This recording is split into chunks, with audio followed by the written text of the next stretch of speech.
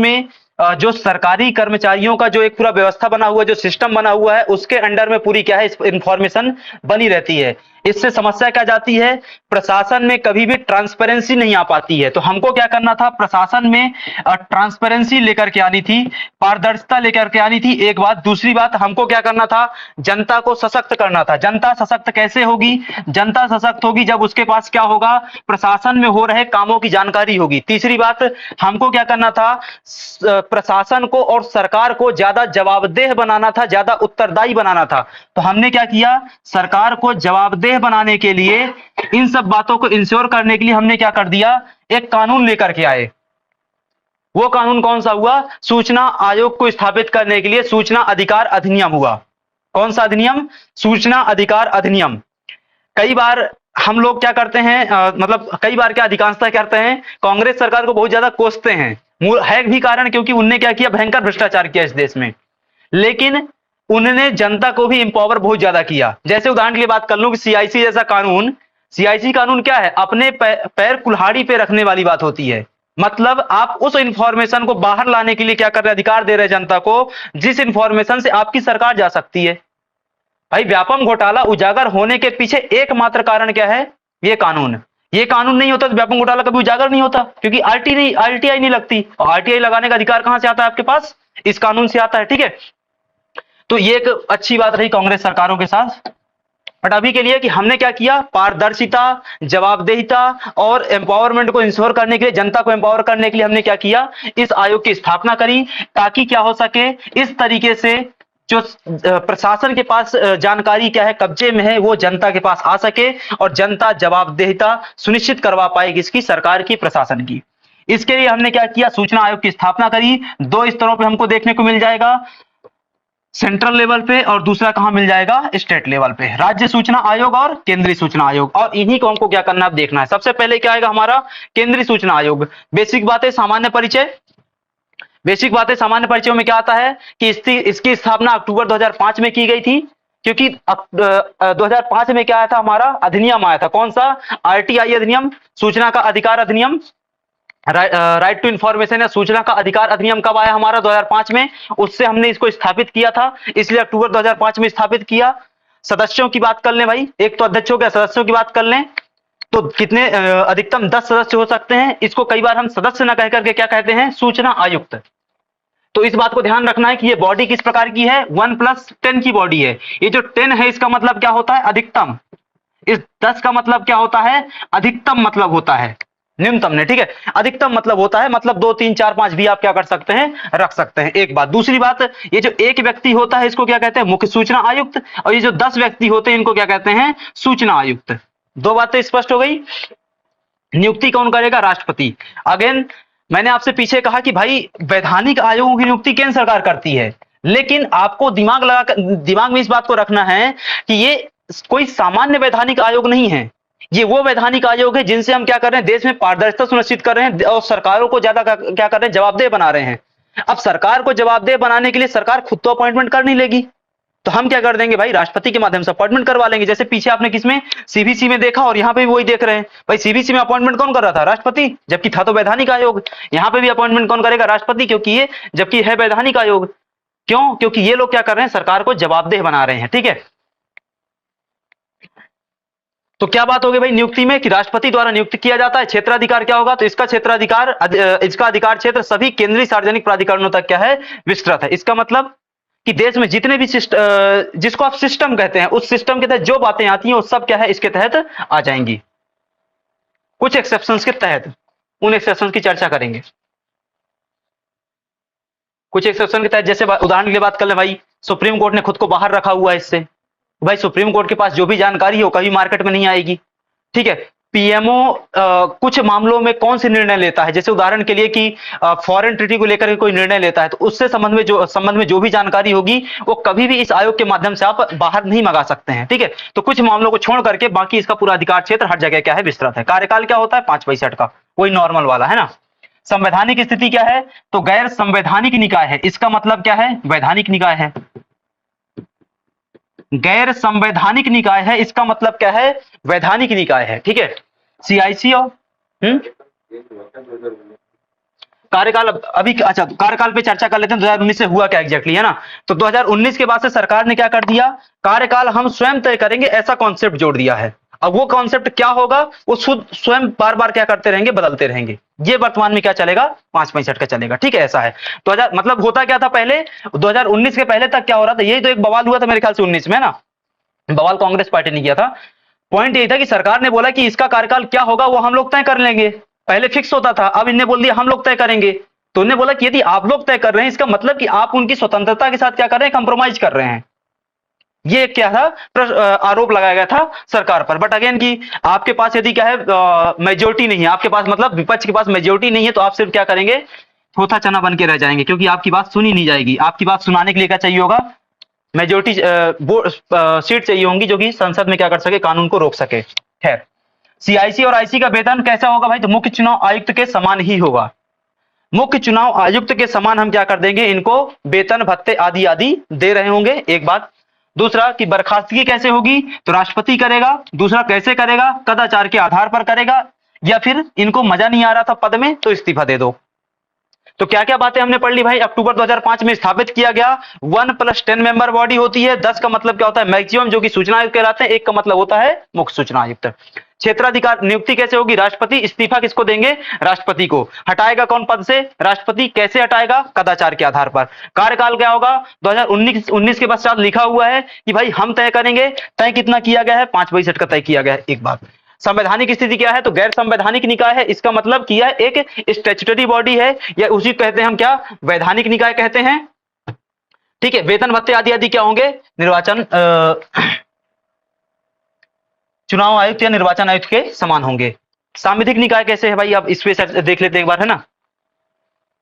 तो गठन कब हुआ था भाई, 2005 में, अक्टूबर 2005 में। कैसे हुआ था, सूचना अधिकार अधिनियम 2005 के तहत। हम इसी को क्या कहते हैं, सिंपल का आरटीआई एक्ट। आरटीआई एक्ट 2005 से, ठीक है। स्वीकृति कब मिली थी इस कानून को, 15 जून 2005 को। लागू कब किया गया, 12 अक्टूबर 2005 को। मतलब इस आयोग का गठन कब किया गया, 12 अक्टूबर 2005 को। इस पर्टिकुलर अधिनियम में धाराएं कितनी है, 12 धाराएं हैं, ठीक है। इस पर्टिकुलर अधिनियम की जो धारा 12 है, वहां से किसकी स्थापना की जाती है, सीआईसी की स्थापना की जाती है। और इस पर्टिकुलर अधिनियम की जो धारा 15 है, वहां से किसकी स्थापना की जाती है, एसआईसी की स्थापना की जाती है। किस मंत्रालय के तहत काम करता है, कार्मिक मंत्रालय, कार्मिक और प्रशिक्षण विभाग। वर्तमान में मेरे ख्याल से कार्मिक मंत्रालय का प्रमुख जितेंद्र सिंह है ना। एक बार चेक कर लेना, क्रॉस चेक कर लेना इस चीज को। वैसे मेरे ख्याल से जितेंद्र सिंह है ना, क्योंकि इनके पास ही इस प्रकार के फर्जी मंत्रालय रहते हैं।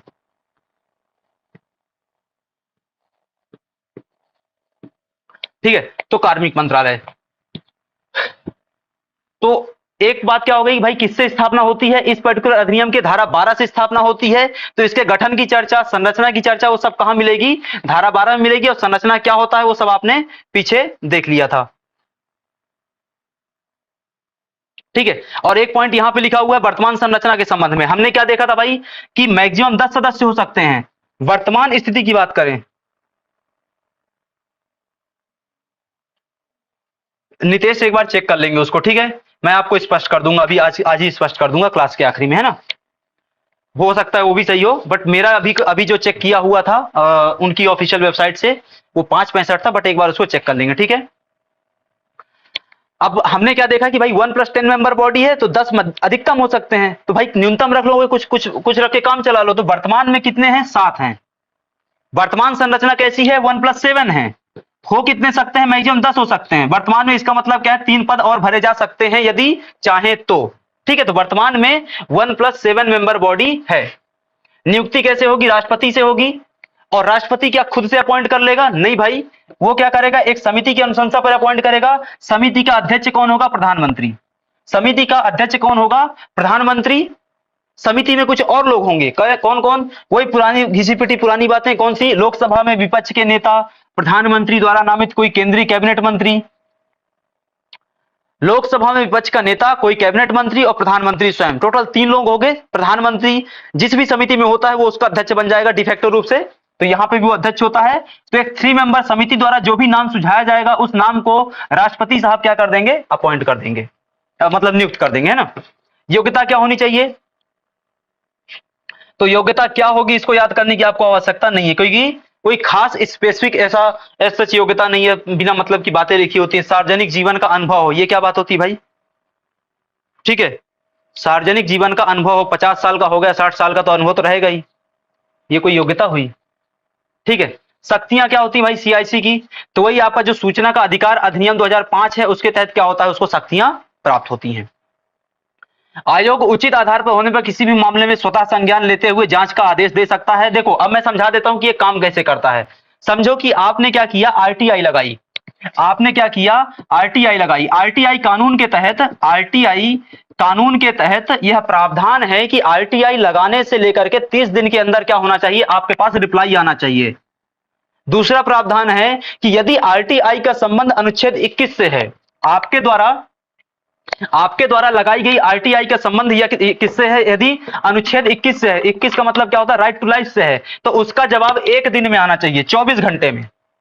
अब समझो कि आपको रिप्लाई 30 दिन में नहीं आया, आप समझो आपको रिप्लाई 1 दिन में नहीं आया। दूसरा तरीका कि आपको रिप्लाई तो आया लेकिन आपको गलत इंफॉर्मेशन दी गई, फर्जी इंफॉर्मेशन दी गई, आपको आधी इंफॉर्मेशन दी गई, छुपी हुई इंफॉर्मेशन, जो ज्यादा महत्वपूर्ण इंफॉर्मेशन थी जिससे सरकार गिर सकती है, सत्ता परिवर्तन हो सकता है, वो इंफॉर्मेशन आपको दी ही नहीं गई।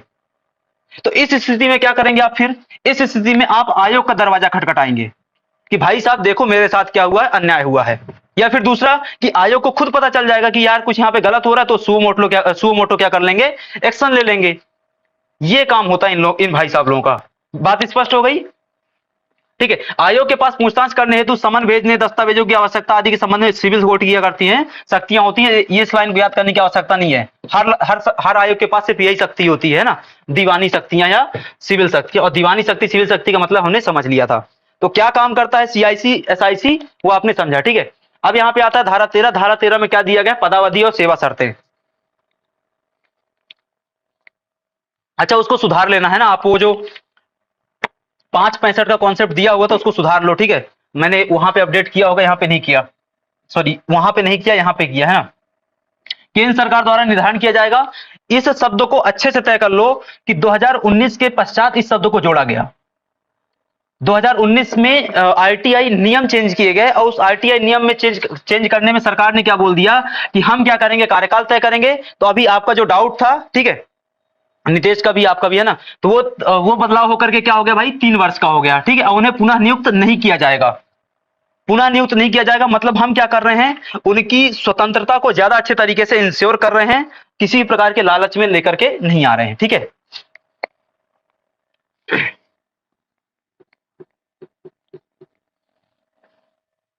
शर्तें क्या होंगी, तो संसद या किसी राज्य विधानमंडल का सदस्य नहीं होना चाहिए। ये जो शर्तों में बात होती है ना, हमेशा एक ध्यान रखना कि किसी भी लाभ के पद पर नहीं होना चाहिए। ये भी तो एक लाभ का पद है।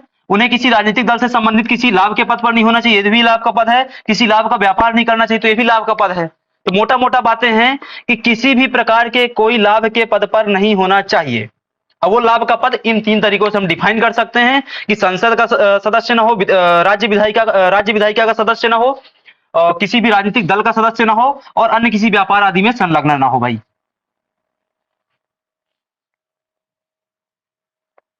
देखो ऐसा होता नहीं है ना। होता क्या है कि समझो उसकी कोई कंपनी चल रही थी, तो वो लोग क्या कर देते हैं, फिर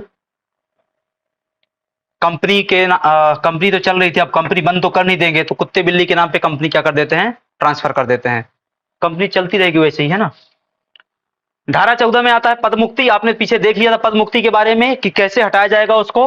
तो राष्ट्रपति मुख्य सूचना आयुक्त एवं अन्य सूचना आयुक्तों को पद से हटा सकते हैं।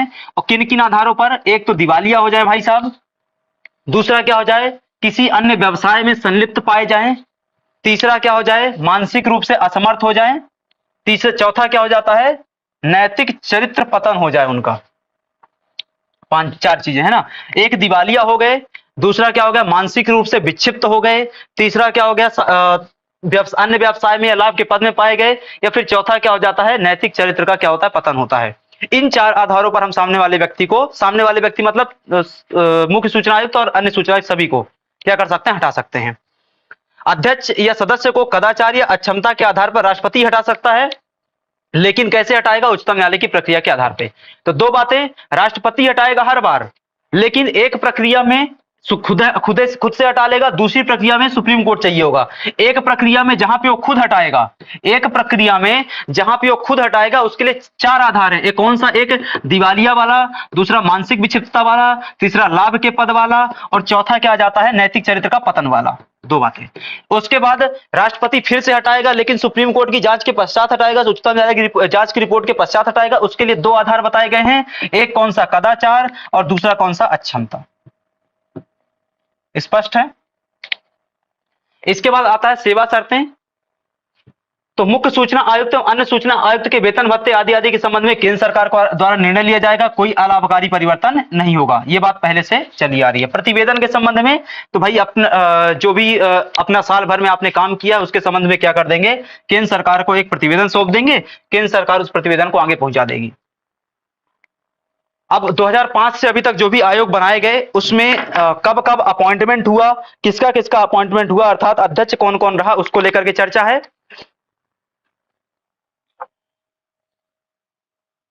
तो इस आयोग का पहला अध्यक्ष कौन था? वजाहत हबीबुल्लाह। ठीक है, एक यूट्यूब में वो है, सोशल मीडिया सेंसेशन है ना, हसबुल्लाह, क्या नाम है उसका? हसबुल्लाह। 40-45 साल का व्यक्ति है, हाइट उसकी इतनी है, ठीक है, उसका नाम हसबुल्लाह है। तो वही है ये हबीबुल्लाह। ठीक है, तो वजाहत हबीबुल्लाह 5 साल तक इसके क्या रहे? अध्यक्ष रहे। दीपक संधू पहली महिला अध्यक्षा थी, 2013 में बनाई गई थी। ठीक है, नाम में मत जाना, याद कर लेना। ठीक है, दीपक संधू पहली महिला अध्यक्षा थी। ठीक है, आपको 4 ऑप्शन दिया, बोले बताओ। सुषमा सिंह हो गया, राधा सिंह, दीपक संधू, सत्यानंद मिश्रा में पहला कौन था? तो बोले सुषमा सिंह था, क्योंकि दीपक संधू तो क्या पुरुष का नाम होता है, जैसे मिथिलेश पुरुष का, कि पहला का? खिचड़ी है उधर भी। शशि में भी खिचड़ी है, समझ में नहीं आएगा पुरुष से कि महिला है। ठीक है, ये हुआ था हमारे साथ 2014 में, 15 में है ना, 15 में हम लोग क्या बरकतुल्ला में गए, रिजल्ट नहीं आ रहा था, तो उसमें गए बरकतुल्ला में। एक कॉन्फिडेंशियल डिपार्टमेंट होता है, गुप्त विभाग है ना, जहाँ से रिजल्ट बनते हैं। तो हम लोग वहां चले गए, तो हमने पूछा कि भाई कहाँ से आता है फार्मेसी वालों का रिजल्ट, बता दो। तो उन्होंने बोलता है कि मिथिलेश के पास जाओ, ऊपर मिल जाएगा, है ना। हम मिथिलेश को ढूंढ रहे थे, तो हमने बोला कि भाई मिथिलेश मैम कहाँ मिलेंगी। ये बात हम पूछते पूछते आखिरी में मिथिलेश से ही पूछने लग गए, मिथिलेश मैम कहाँ मिलेंगी। तो बोले बोलो क्या काम है। सामने वाले ने बोला, हम मिथिलेश मैम से मिलना। नहीं, बोलो मैं ही हूँ मिथिलेश। ठीक है, तो ये भी एक क्या है, समस्या जाती है। तो दीपक संधू हो गया प्रथम महिला अध्यक्ष। सुषमा सिंह, राजीव माथुर, ये सब याद करने की आवश्यकता नहीं आपको, है ना। वर्तमान में कौन है? वाई के सिन्हा या यशवर्धन कुमार सिन्हा। वाई के सिन्हा या यशवर्धन कुमार सिन्हा वर्तमान में इसके अध्यक्ष हैं। कब से हैं वो? 2020 से हैं। पहले कौन हो गए? वजाहत हबीबुल्लाह। याद रखने के लिए महत्वपूर्ण कौन है? दीपक संधू, जो कि पहली महिला अध्यक्ष थी इस आयोग की।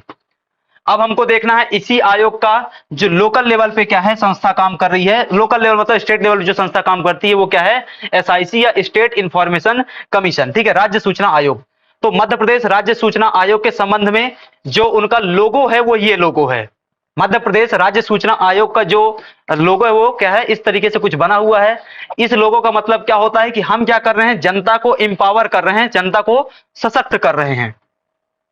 ठीक है, तो इसका गठन राज्य सरकार द्वारा किया जाता है। इसकी संरचना में 2-3 बातें शामिल है कि इसमें एक राज्य मुख्य सूचना आयुक्त होता है तथा मुख्यमंत्री की अध्यक्षता वाली नियुक्त समिति की सिफारिश पर राज्यपाल द्वारा उसको क्या किया जाता है? नियुक्त किया जाता है। एक बात। दूसरी बात, 10 क्या होते हैं? राज्य सूचना आयुक्त हो सकते हैं। तो वही पुरानी वाली व्यवस्था 1+10 वाली व्यवस्था हो जाएगी। एक बात। दूसरी बात, कैसे नियुक्ति होगी? राज्यपाल नियुक्ति करेगा। राज्यपाल नियुक्ति करेगा। कैसे करेगा? एक चयन समिति की सिफारिश पर करेगा। ये चयन समिति में कौन होगा भाई? तो चयन समिति 1+2 वाली होगी। ये एक व्यक्ति कौन होगा? सीएम साहब होंगे। 2 व्यक्ति कौन होंगे? तो एक तो उनके द्वारा अपॉइंटेड कोई मंत्री होगा, कैबिनेट मंत्री। एक उनके द्वारा अपॉइंटेड कौन होगा? कोई कैबिनेट मंत्री होगा। और दूसरा व्यक्ति कौन होगा? विपक्ष का नेता होगा। क्लियर है मेरे ख्याल से बात? जो बात आपने पीछे पढ़ी थी वही बात यहां पे भी क्या हो जाएगी? क्लियर है मेरे ख्याल से बात? जो बात आपने पीछे पढ़ी थी वही बात यहां पे भी क्या हो जाएगी? लागू हो जाएगी। ठीक है, वही क्या है, सब कुछ बातें रिपीटेशन में आ जाएंगी। बस राज्यपाल कर लेना है, उसको सीएम कर लेना है। ठीक है, अब मैंने पीछे आपको जो समझा दिया था वही वापस से लिखा हुआ है यार, है ना। वैधानिक निकाय है, स्थापना कब की गई थी? 22 अगस्त 2005 को। वही पुराना अधिनियम, सूचना का अधिकार अधिनियम 2005 के तहत संरचना वही 1+10 वाली। कार्यकाल आरटीआई अधिनियम के तहत 3 वर्ष का तय कर दिया गया है, पुनर्नियुक्ति नहीं होगी, ठीक है।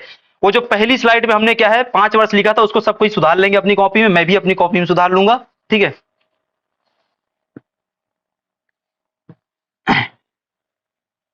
तो आरटीआई अधिनियम के अनुसार 3 वर्ष का कार्यकाल होगा, रीअपॉइंटमेंट नहीं होगा, 1+10 की बॉडी होगी। और 22 अगस्त 2005 को क्या कर दिया गया था? मध्य प्रदेश राज्य सूचना आयोग का गठन किया गया था, ठीक। आखिरी में आता है अब नियुक्ति, है ना। भाई पीछे चर्चा करती ना, राज्यपाल कर देगा, मुख्यमंत्री के अध्यक्षता बनी समिति से करेगा, ये विपक्ष का नेता कैबिनेट मंत्री हो गया, यही तो चर्चा कर रहे थे पीछे। पद मुक्ति कैसे होगी? राज्यपाल क्या करेगा? उन सबको हटा सकता है।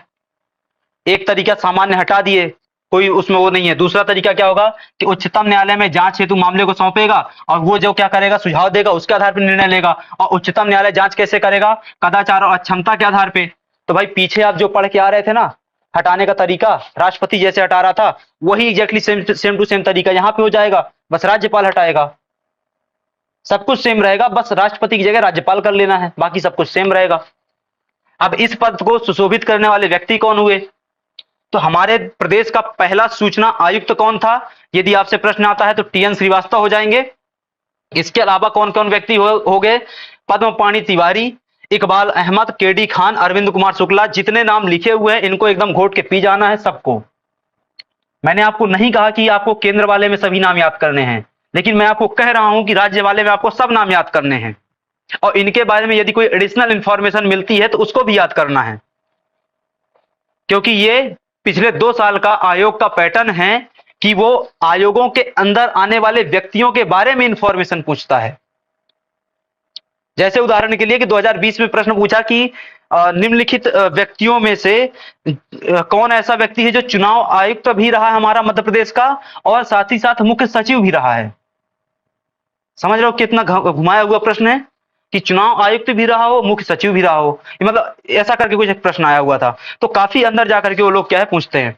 तो टीएन श्रीवास्तव, पद्मपाणि तिवारी, इकबाल अहमद, केडी खान, और वर्तमान में कौन है? अरविंद कुमार शुक्ला, ए.के. शुक्ला, ठीक है।